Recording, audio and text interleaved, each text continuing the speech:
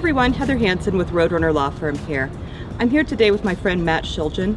Matt is a motorcycle safety instructor, and he's here to talk to us about some common scenarios he sees on the road, both from the motorcyclist and the driver perspective, to try to help us make the roads a little bit safer for everyone. Well, as Heather said, my name is Matt Schildgen. I am a motorcycle safety coach. I've been doing that for 5 or 6 years at Kirtland Air Force Base and for New Mexico and here at Thunderbird Harley-Davidson. So what we wanted to talk about today is interaction between motorcycles and other vehicles, cars and trucks, etc.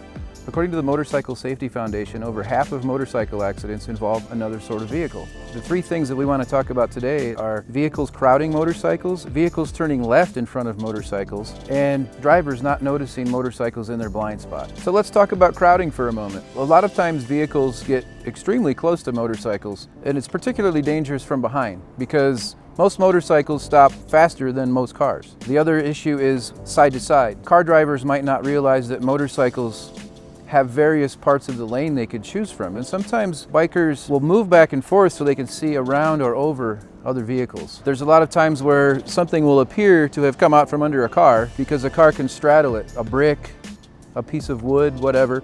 Motorcycle may have to make a maneuver, swerve around that. And the car may not realize that if they're on the center line, that could be where that rider thinks he needs to be in a moment. Another big cause of accidents with motorcycles and cars is turning left in front of a motorcycle. Motorcycles are generally hard to see, so they're less than 10% of the traffic on the road. Our brain kind of tells us to look for what we're used to seeing. We don't even train ourselves to see the motorcycle. The other thing is with the motorcycle, because of its size, if it's coming at you, it's very hard to judge the speed. Maybe you think you can turn left. From the biker's perspective, you just cut them off really bad and they had to jam on the brakes, and probably not the safest thing that they've ever done. Something else we train new riders is not to put themselves in a vehicle's blind spot. If you can't see a motorcycle in your mirror, that's a problem for a lane change. If the motorcyclist puts themselves in a place where that car driver can't see them in the mirror, now we have to rely on the driver to actually turn their head, look over their shoulder, and check their blind spot. We can't always rely on that. Sometimes that happens with cars and somebody trades paint. It might not be the end of the world,